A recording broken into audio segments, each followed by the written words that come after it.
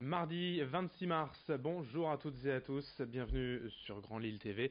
Merci de votre fidélité. Voici sans plus attendre vos prévisions météo. Aujourd'hui avec, on l'espère, un temps plus clément aujourd'hui dans la région. Le vent, déjà c'est une bonne nouvelle, devrait s'estomper et nous offrir un temps plus calme. Le ciel aussi devrait être dégagé en partie du moins. Quelques perturbations nuageuses circuleront parfois par endroits, mais sans apporter de précipitations. Un temps en sec aujourd'hui et tout de même bien ensoleillé avec des températures stables. Donc 11 degrés à Lille prévu aujourd'hui, on en reparle bien sûr juste après ce journal. On démarre cette édition avec, comme souvent dans l'actualité malheureusement, l'égalité salariale homme-femme, puisque c'était hier la journée nationale consacrée, une date pas choisie au hasard, puisqu'en France, une salariée doit travailler jusqu'à ce 25 mars pour avoir le même salaire qu'un homme ayant travaillé un an en 2018, soit près de 3 mois d'activité en plus. Cette année, l'inégalité salariale est de 23,7%, d'écart de revenus pour les retraités. Cette inégalité grimpe même à 42%. Les congés parentaux sont l'une des causes principales de cette différence. L'ONG Business and Professional Women, BPW, est une organisation internationale qui existe depuis 100 ans cette année et qui milite pour la place des femmes dans le monde professionnel.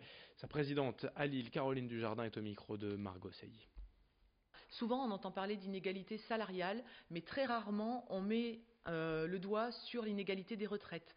Cette année, nous sommes à peu près à 23% d'inégalité salariale. On est à 42% d'inégalité de retraite. On est à peu près à 98% des personnes qui prennent du temps partiel sont des femmes. Et donc forcément, elles vont moins cotiser pour leur retraite. Déjà, il y a les inégalités de salaire, on rajoute ça, on rajoute les congés parentaux qui sont pris essentiellement également par les femmes. Et donc, c'est ce qui fait qu'à l'arrivée, les femmes n'ont pas su négocier leur salaire, les femmes n'ont pas su se battre peut-être dans leur entreprise ou dans le monde public également, hein, on parle aussi des administrations publiques, et elles n'ont pas réussi à pulvériser, si je puis dire, ce plafond de verre et faire en sorte de diminuer au maximum ces inégalités arrivées à l'âge de la retraite. On évoque également la fin de la trêve hivernale concernant les expulsions locatives dans quelques jours, ce dimanche 31 mars précisément. Aujourd'hui, des centaines de familles dans la région vivent dans l'incertitude et la peur d'être mises à la rue. Exemple, à Lille, à Saint-Maurice-Pelvoisin. Depuis fin décembre, 60 personnes sont hébergées à la maison Paul VI, l'ancien séminaire de Lille.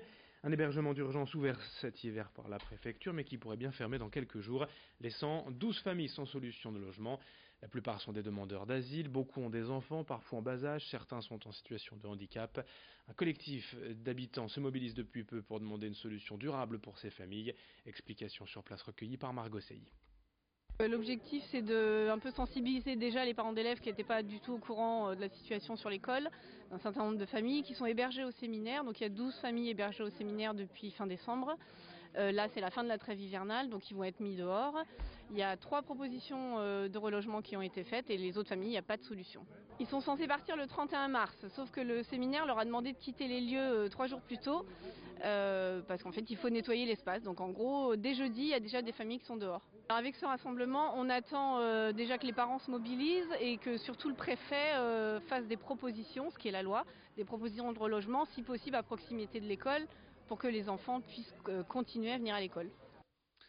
Autre sujet d'actualité à Lille, la lutte quotidienne contre les crottes de chiens. Difficile en effet de ne pas les voir une simple marche sur le trottoir et c'est le slalom assuré. Pourtant, depuis plusieurs années, la ville tente, tant bien que mal, de sensibiliser les propriétaires, mais après la prévention, place à l'action. L'an dernier, le conseil municipal a adopté le principe d'une contravention de 68 € en cas de flagrant délit.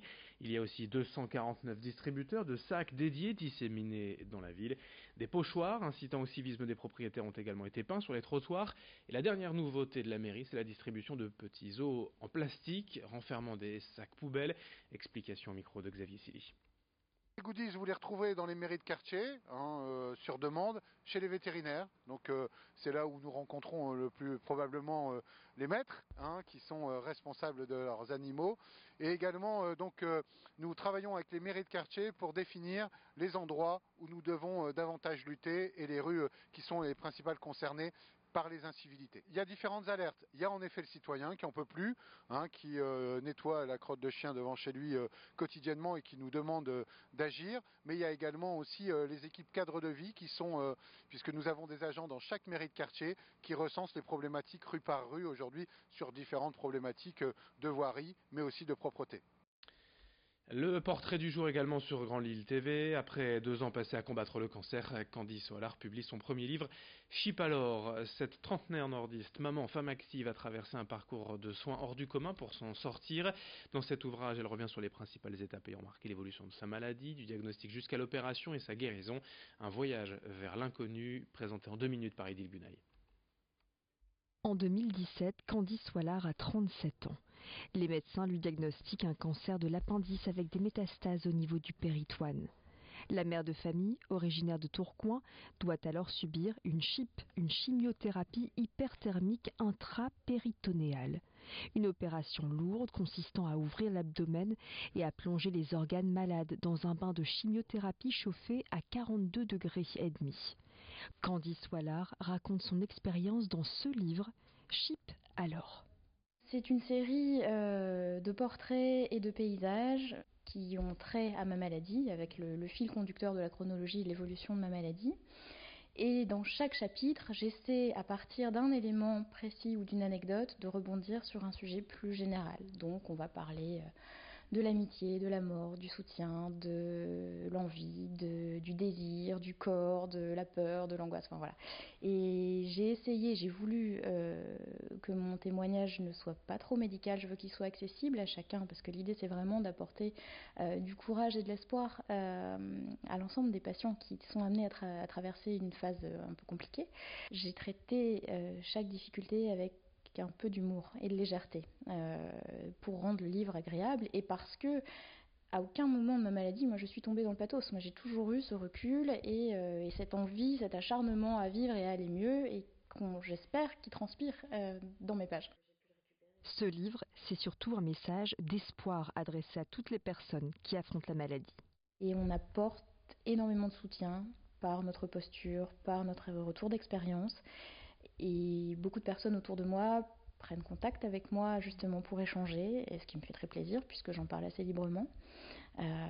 Et puis voilà, pour vous dire ce qui a changé, je pense que c'est plus un état d'esprit global aujourd'hui, beaucoup plus positif, beaucoup plus conscient, beaucoup plus disponible que ce que je pouvais être avant, où j'avais la tête dans le guidon et où je prêtais pas forcément attention à tout ce qui m'entourait, quoi. J'ai tendance à relativiser chaque élément négatif de ma vie, à ne voir que ce qu'il y a de bon. Je sors grandie de l'épreuve, je suis une meilleure personne aujourd'hui. J'ai une façon d'envisager la vie, les aléas, qui est complètement différente de ce que je pouvais être il y a 2 ans, ça c'est clair. Le livre Chip alors sort prochainement en point de vente, mais il est d'ores et déjà disponible aux éditions Borromée au prix de 18 €. Fin de cette édition. Merci à vous de l'avoir suivi. Dans un instant, la météo sur Grand Lille TV.